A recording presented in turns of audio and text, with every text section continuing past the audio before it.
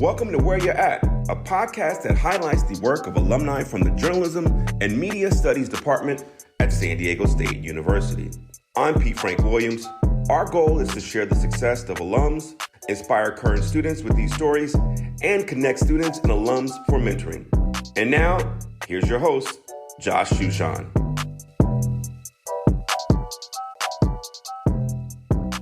This week on Where You At, we are heading to the San Francisco Bay Area. We are talking TV journalism. We're going inside the newsroom. We're going to find out what it's like to anchor the news at 5, the 6, the 7, the 11, whatever times that they have. Our guest this week is 12-time Emmy Award winner Raj Mathai. But what makes Raj's story so great and interesting and so perfect for this podcast is that this was not always the first idea. He worked for the Chargers. He worked in public relations before he switched to becoming a journalist. And initially, he did sports for about a decade before he switched to the news desk. So he's had to make some interesting choices throughout his career, and it is perfect for our students to learn about those choices. And so we welcome him to this podcast. Raj, I love the way you are dressed as we look at each other on Zoom. Welcome to Where You At. Josh, where are you at? I'm honored to be on this and to see you after so many years. We've known each other for a long time. I don't know if that's good or we're just getting old. One of the two. Raj and I both worked at the Daily Aztec. We just missed each other by a semester or maybe a year, but we know enough people that I felt like I always knew you even before we met in person in the Bay Area. And so it's great to connect here again. It's really cool. And it's just, I think about now the university and how awesome it is. It was great when we were there, but now I just hear, the younger kids and recent graduates, just how much it's improved, the facilities, getting in. I don't know if I could get into San Diego State anymore, quite honestly, with the GPAs they're asking. But I'm fortunate and thankful that I graduated from there. I had a great experience there, and I still do. I'm still in contact with a lot of people, including yourself. All right, so let's dive right into this. You initially worked for the Chargers. You started as an intern. You were working public relations for the Chargers. Tell us about what went into the decision to switch from the PR side to becoming a journalist.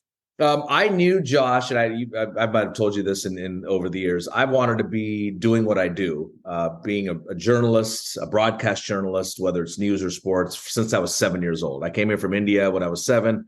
I put on Monday Night Football and I said, that's what I want to do. Not play, but I want to be talking about the game. And that's what really sparked me. So when I got to San Diego State, I figured I want to go into sports journalism at that time. And I wanted to learn how the sausage is made from the franchise point of view, a team that I would be covering, in my dreams. And so I said, you know what, let me try to intern at the Chargers. I want to see what it's like behind the scenes for a franchise. I literally biked down from campus, has that downhill thing. Yeah. Right? Yes. So I biked down. I didn't have a car. I'm 18. I biked from Tenochca Hall and to the Chargers offices, which is at then Jack Murphy Stadium.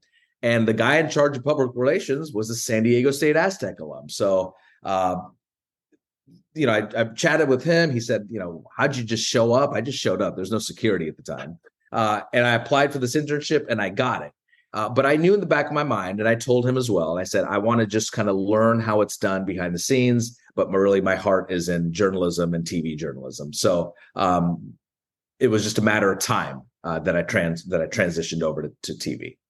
And what were some of the things that you ultimately learned in that time working for the Chargers that helped you make that transition and make you better as a journalist? I learned how a franchise is run, and I learned their fears and how they embrace the media as well. I learned how to pitch a team to the community. Remember, the Chargers sucked when I first got there. So we were, I was all over kind of hustling, going over to KNSD and KFMB and ABC and Fox trying to pitch these stories. And then midway through my 5 seasons of the Chargers, all of a sudden we became a playoff team and we ended up in the Super Bowl almost 30 years ago. So it kind of went full circle. So I just learned how it all happened. I was booking interviews for players. And then later in my sportscasting days, I knew how to react and deal with players because I was once on their side. And so it really was beneficial to me. Like most of the conversations in my life, they're going to bounce all over the place throughout this podcast. That's what makes it fun. So that was one transition that you made. Now, you worked in Yuma and you worked in Fresno and you worked in San Diego, and then you end up in the Bay Area. And Then you go from sports to news. Tell us about this decision, your idea, their idea. How much contemplation did you have to give to this decision to go from sports to news? That's an excellent question. Again, it was kind of in this back of my mind grand plan. And I don't like to have grand plans because life doesn't work that way. But I knew, thinking of Bryant Gumbel before me, Tom Brokaw before me, there was a lot of guys that I looked up to that did that transition from sports into news. And I come from a family of journalists, so I knew it was always back there. But I didn't have any date. I didn't want to say, 10 years into my career, I want to switch. I don't operate like that. I don't encourage anyone to operate like that. But in 2011, General Electric, we're getting a little business techie now, GE sold NBC to Comcast. So there was a big fork in the road there for the entire organization, the entire company. And NBC came to me and said, hey, we're sold to Comcast. We're going to increase our sports presence a lot. Here are your two options. And they were I was very flattered. They said, you can go even more into sports, not just the local 6 p.m., 11 o'clock news, but we want you to host the Giants pregame and postgame show, the 49ers, the Raiders, the Sharks, all that stuff. Or we have something behind door number 2. Would you like to become our main news anchor? And I looked, I was like, what the heck?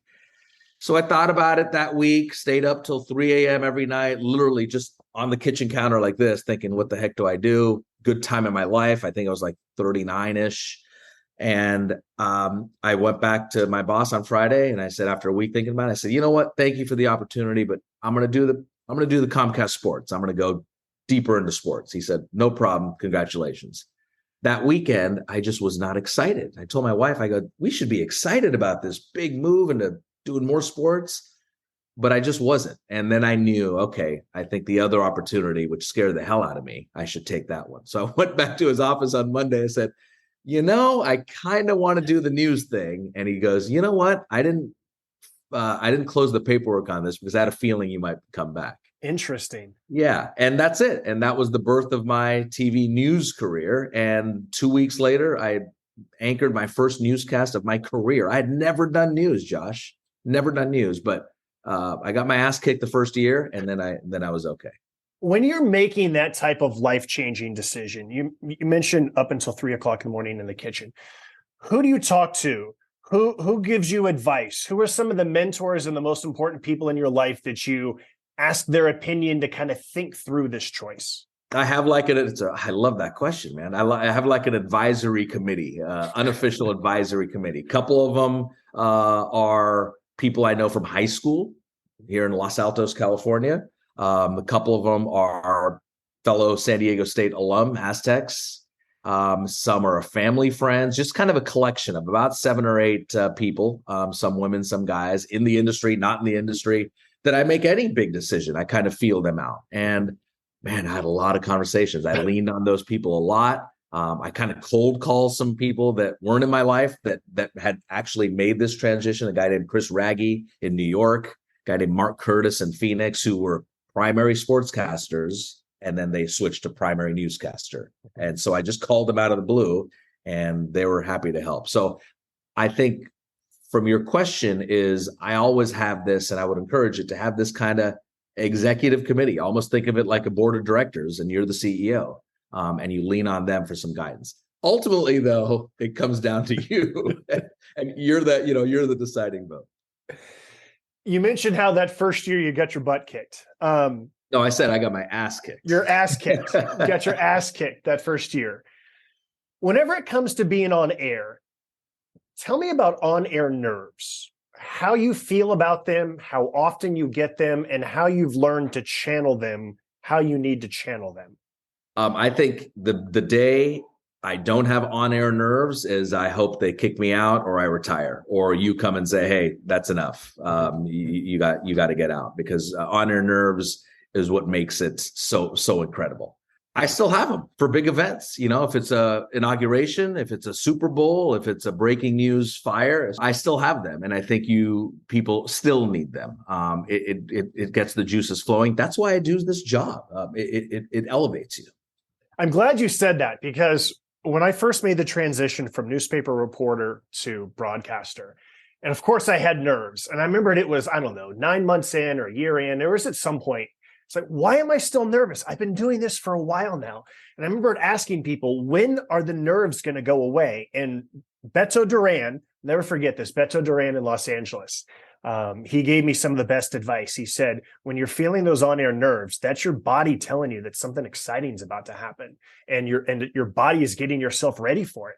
And so just lean into it, embrace it. When you feel those nerves, feel like, yeah, all right, it's showtime. The nerves are here. That means it's showtime. It means there's something going on. Yeah. I mean, this is part of the best part of this job is that you feel the energy and the immediacy of what you're covering, whether it's something positive or something negative, whether it's sports or news or weather. And I think that's what keeps me in the game after, 25, 28 years doing this. There's a few other things I wanted to ask you, kind of like technical broadcast stuff, especially when you're used to doing sports, which is anywhere from 1 to 3 minutes. And now you've got 20 something minutes. My first question would be, how do you read from a teleprompter without making it look like you're reading from a teleprompter where your eyes are going back and forth real fast? Like this? Yeah. I think it just comes with time. Like anything you do, you learn how to do it. And I actually try to stay away from the teleprompter. Obviously, I have to rely on it a lot. But the best part for me is when it's breaking news or when you're adding some insight that's off prompt or off script, because you feel a real connection with the camera, therefore with the people you're engaging with. You mentioned earlier, how you were born in India, family's journalists. How much did that family journalism background impact the choices that you've made, in particular this one, to go from sports to news? I think it just kind of gave me the freedom to do it. It took away some of the fear. Like, you know what? I see that uncle doing it. I see my dad doing it. So it's not a foreign concept to me. And I think that was helpful. At least in my case, it was helpful that it wasn't totally foreign. I didn't know how to do news per se coming over from sports, but I knew that, you know what, again, back to that ass kicking, I knew that I was in theory capable of doing it. And I love that challenge. And it's almost like having two kids, Josh. When someone says, "Oh, which kid do you love most?" Well, you really don't love one kid more. They're just different, right? Sports and news, just different beasts, left side, right side of your brain, so to speak. And a lot of times people look at the sports department as like the toy section, they just play over there. They're just doing these things with sport balls. When you're making that transition, what were some of the things that you did with your fellow news anchors, with directors, with producers, with editors, in order to make sure that you feel like you are one of them right away? I didn't really have to make that transition because I didn't get offended, but I always kind of got a little irked when people said, "Oh, it's the toy department doing sports." I treated my sports career, and I still do now when I do sports stories, as a human interest story, a business story, trend story. It wasn't like, "Oh, the Giants beat the Dodgers 6-5. The score to me was almost irrelevant. The last thing I would talk about. What stood out to me is why the Dodgers beat the Giants. Who stood out? What was the trend? What was the feeling like? So it was always a more of a human story for me. So I never treated sports as just with the final score. No, that's really good.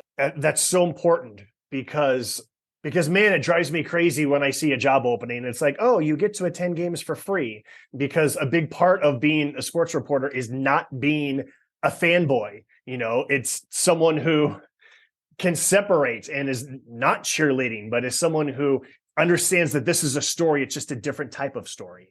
It's just there's so much to sports that I think that's even now. That's why I show like Real Sports. It's sports is news and weather is news and everything is news. And sure, there's a certain lens and a degree where you can smile about it. Certainly, I don't smile as much now doing serious news and hard news compared to my sportscasting careers. But I just think that's the way I always handled it. Let's rewind. Let's go back. If you could give advice to your younger self, you're 18 years old or whatever age you were when you started at San Diego State, what type of advice would you give your former self that can benefit current students? The advice I would give myself is just try to always to stay active, stay current. Right now, I always think I'm not a good writer yet. I continue to work to be a good writer. So now stay current with the trend. So a few years ago, it was make sure you know how to shoot and edit your own stuff. Then it was make sure you know and are good with social media, whether it's TikTok, Instagram, Twitter. Now it's AI. I don't know which way it's going to go, but instead of running away from the new trend, embrace it and figure out how to make it and incorporate it into our career. So for me, whether I'm talking to journalists, young or old, or professors at San Diego State, continue to talk. And then it also keeps you younger. It keeps you energized in the game. I always kind of think like, I feel like I'm always 32 years old. I'm not, but I think talking with people and chatting with people, figuring it out, what they're doing, how they're reacting to things, that helps me.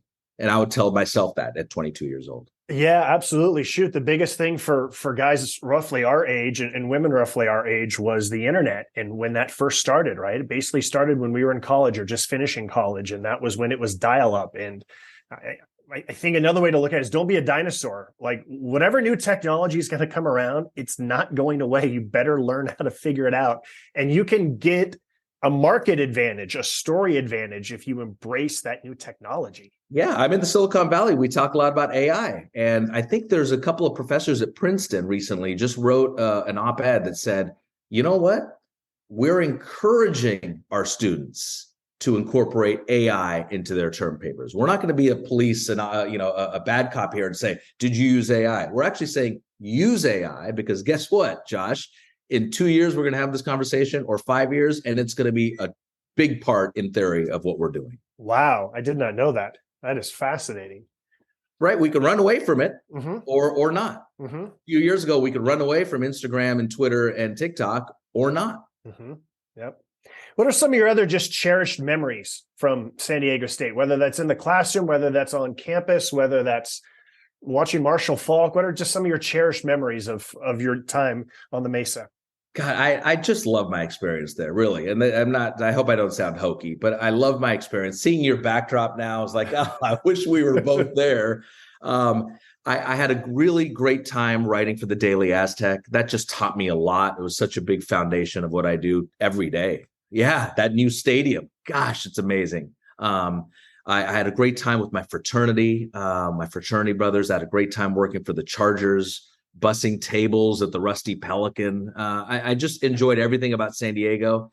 And working for the Chargers, I really got to know the community, all different parts of the community, from El Cajon to Chula Vista, National City, up to North County as well. So I do miss the 619. What type of busboy were you at the Rusty Pelican? I was good. I was really good. I hustled. I mean, come on. And then I got promoted to waiter. So I would come home with, I think it would make like $100 in tips a night. And that was a big deal. That was a big deal. I remember bussing tables at Chili's, both the one in Pleasanton where I grew up, the one in Mira Mesa, because the one closest to the stadium was not hiring. So I had to go up to Mira Mesa and work at the one there. And I kept trying to get into that one next to the stadium. I've told people all the time this about working at a restaurant. It was actually one of the most important things for me because I was naturally shy. Outside of talking about sports, I say this all the time on this podcast, outside of talking about sports, it's just not natural for me to go up to people and talk to them.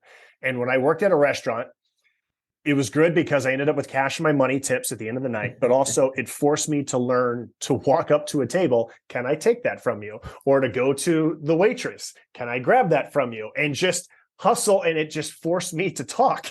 And it was really, really helpful for a really shy kid like me. I think it's great. I think there's two things. It's interesting you brought that up. There's two things that I think is important in my life, and I think for a lot of people. You can tell a lot about someone after you work with them in a restaurant, and if you play basketball with them. And you don't have to be a good basketball player. I don't care if you stink, but you know how they hustle. You know if they hustle. You know if they're a me first or a team guy or a woman. You know how they handle under pressure, right? A Friday night at a restaurant, the Boathouse in Harbor Island, where I also work. It's pressure. So restaurant workers and playing basketball, you can tell a lot about someone. Yeah. If you pass the ball, you're going to get it back. Or are they a are they a dark hole where you're not going to get it back from them? Yeah. And what's your stamina? What's your, how do you read a defense? How do you serve a table? How do you handle a crisis when you drop a tray of food? There's all sorts of things that come up.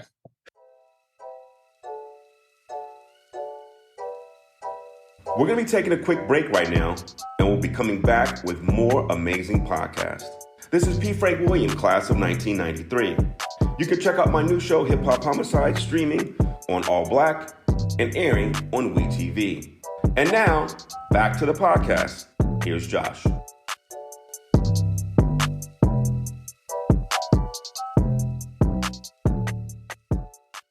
When you were advancing to the different stages of your television broadcasting career, what were some of the best things that worked for you when you were applying for jobs, getting jobs, moving from market to market? Head on a swivel, always listening, monitoring the market, monitoring people, and hustle, and obviously continuing to get better. So be aware of what's happening in the industry, in your own newsroom, in someone else's newsroom, hustle, and then just continue to get better in what you're doing. One thing I learned, kind of the hard way, was how come I was in Yuma, right? Market 176 out of 200 markets in the country, approximately. And I was there for 2 years. That's a long time to be at that size market. And nothing against Yuma. I had a great time there. But a year in, my colleagues were going to Phoenix and San Francisco and Fresno and Dallas and all these great cities and markets. And here I am in Yuma. 18 months in, here I am in Yuma. 20 months in, here I am in Yuma. And it gets to me. I remember just crying on my balcony in 115-degree heat. Like, why do I suck? What's happening with me? What am I doing wrong? I was so worried about everyone else. And I just kind of figured it out and learned that, you know what, it's you just worry about your own deal, get better, and then things will happen. And as I slowly started to learn that, let me just focus on what I'm doing, my little patch of grass here, not worry about Josh or Bill or Tina or anyone else. And then things, and once that happened, things started shaking. And then I made it to, I went to Fresno after Yuma, which was great. That's so relevant for what I do at the AAA level, right?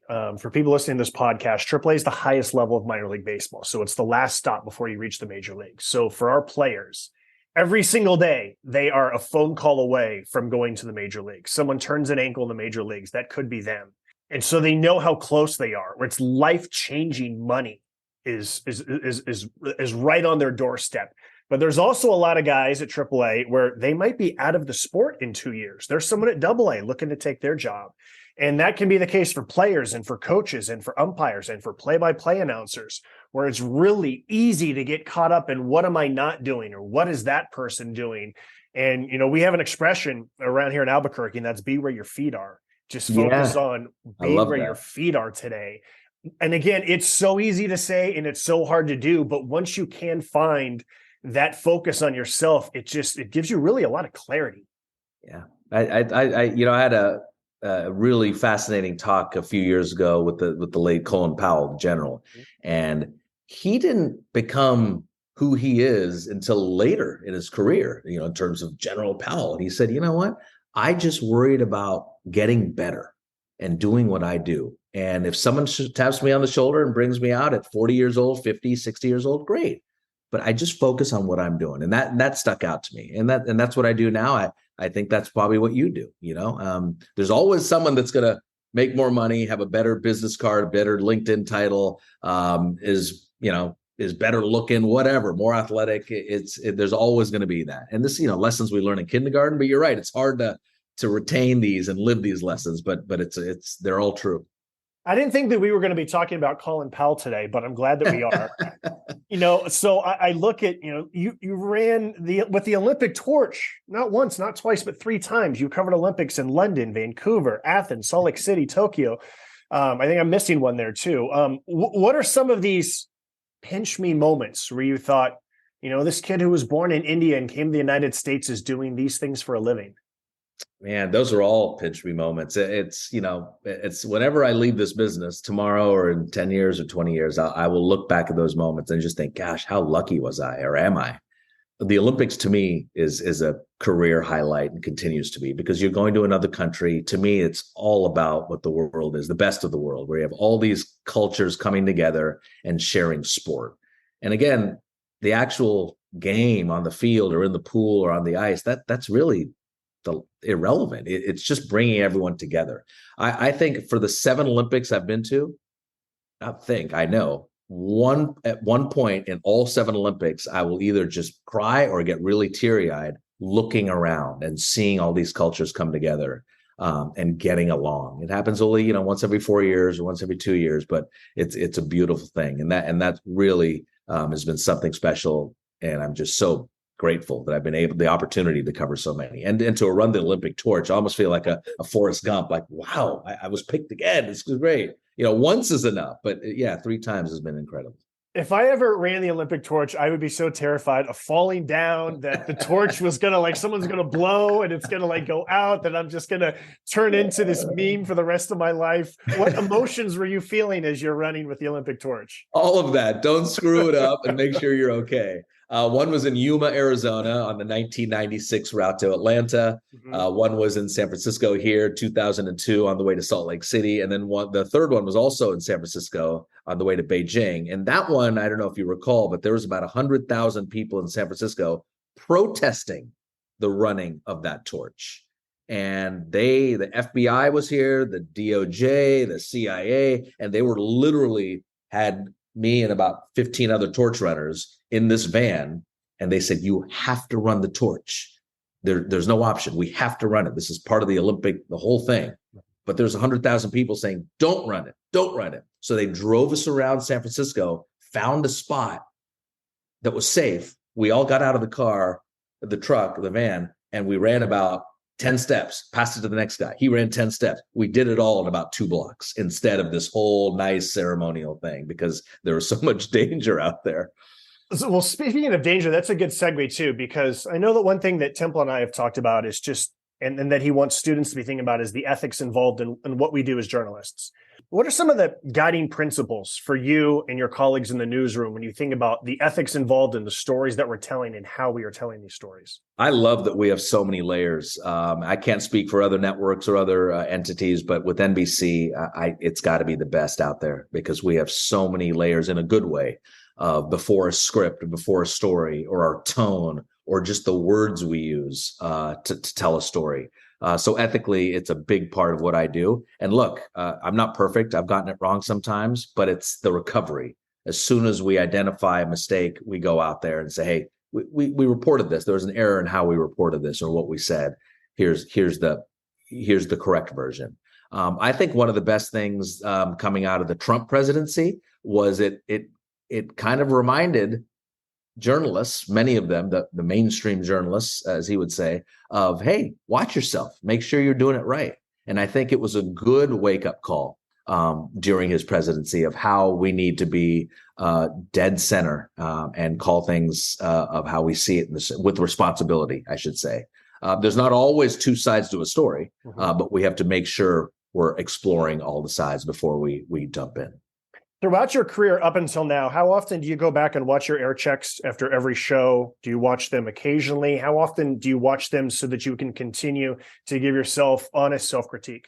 I don't do it as often as I used to. I think early in the career, it would be nightly or weekly. Now it's more of just fine tuning. And it's really not necessarily the presentation part of it, though that is still part of it. But it's really just the back end of it, of how is that script written? How did I get that person to agree to do the interview? And what's my prep for an interview or for a story? So it's more about prep now. I do a lot more reading. I just do a lot more research on people. In the terms of how did my tie look or how did my makeup look or how does my hair look? Yeah, that's still part of it. I'll look at it occasionally, but not that often anymore. What are the moments when you're driving home from work and you just go, wow, yeah, that's tonight's show. That's why I do what I do. It happens fairly often. Just a few weeks ago was a lot of floods here in the Bay Area with the crazy weather and the atmospheric rivers we had. And there was people flooded out, communities underwater. And we did, our breaking news coverage. And I would come home and say, gosh, people really turned to us or other stations to find out when their power was coming on, when the rain was stopping, how to deal with flood insurance. No one has flood insurance. So there is a real value. And I get, sometimes when I get, in a rut, something like that happens. It can also be positive news.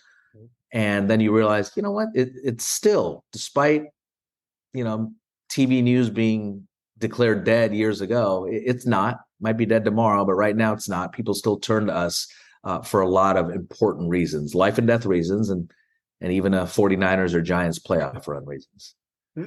There's been a lot of obituaries written about a lot of different media outlets, whether that's newspapers or TV stations or whatever. I'm sure there'll be a lot more that are written, and maybe one day that obituary will be true. You actually just said something that made me think of the word leader. And during those times when a TV station can be a leader in the community. But I want to ask you about being a leader in the newsroom. As the person who's anchoring the news, people see you in the community, people in the newsroom, they see you. What does it mean to you to be a leader and to kind of strike the right tone amongst your coworkers in the newsroom? I think it's very important, and it's something I take very seriously, actually.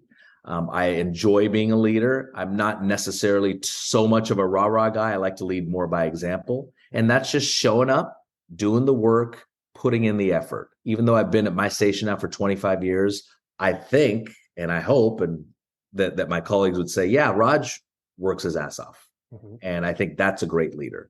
And then I like to have fun with everyone as well. We tell a lot of jokes. We try to keep it as loose as possible, because much of the time, we're covering some really heavy topics. Mm-hmm. And I think through humor and just kind of team building and camaraderie, we're able to get through those times together. So leadership is huge to me.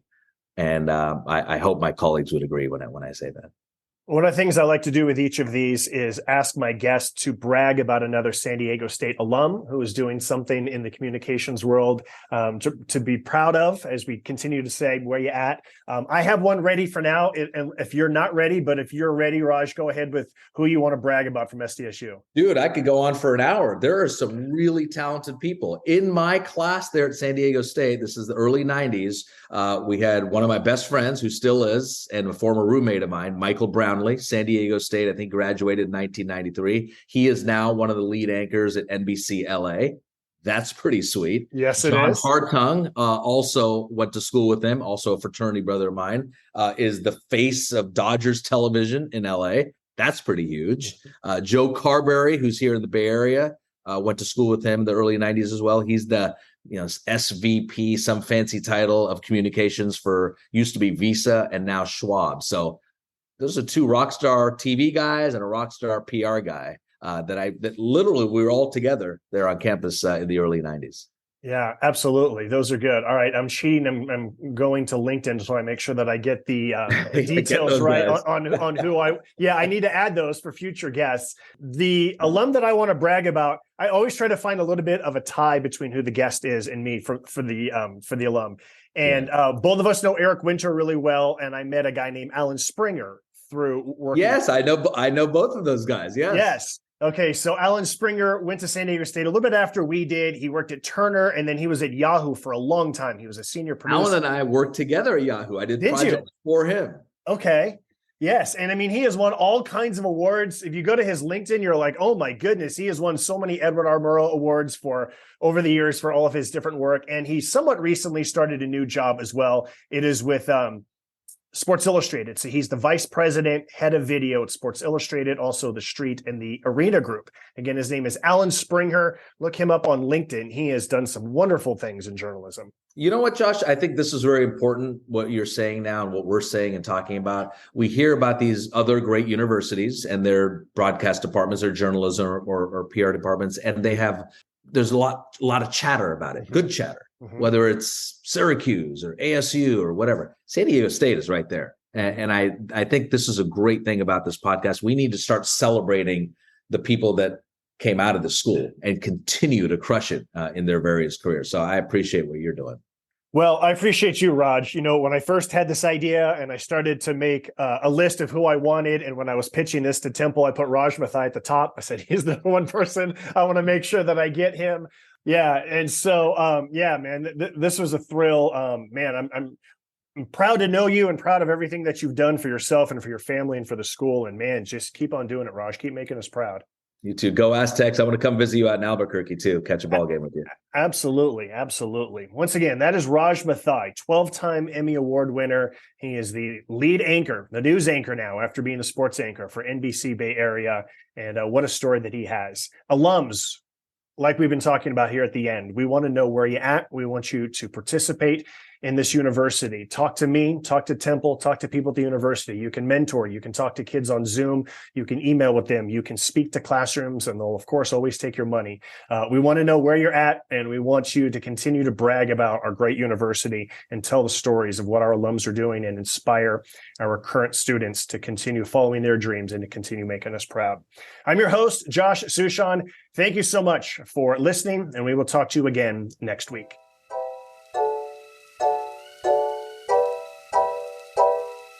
Thanks for listening to the Where Ya At podcast. This is Amber Frankusen from the class of 2009 and founder CEO of AF Marketing.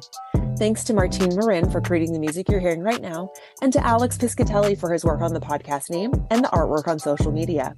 And a reminder to SDSU alums of the Journalism and Media Studies Department, we really want to know where you at. Tell us about your career. Get involved in the department. You can donate your time or your money. You can mentor. You can speak to classrooms in person or over Zoom. You can provide internship opportunities to students, but really we need your help in growing this department. Again, thanks for listening. Subscribe to the podcast, tell your friends, recommend us a future guest, and go Aztecs.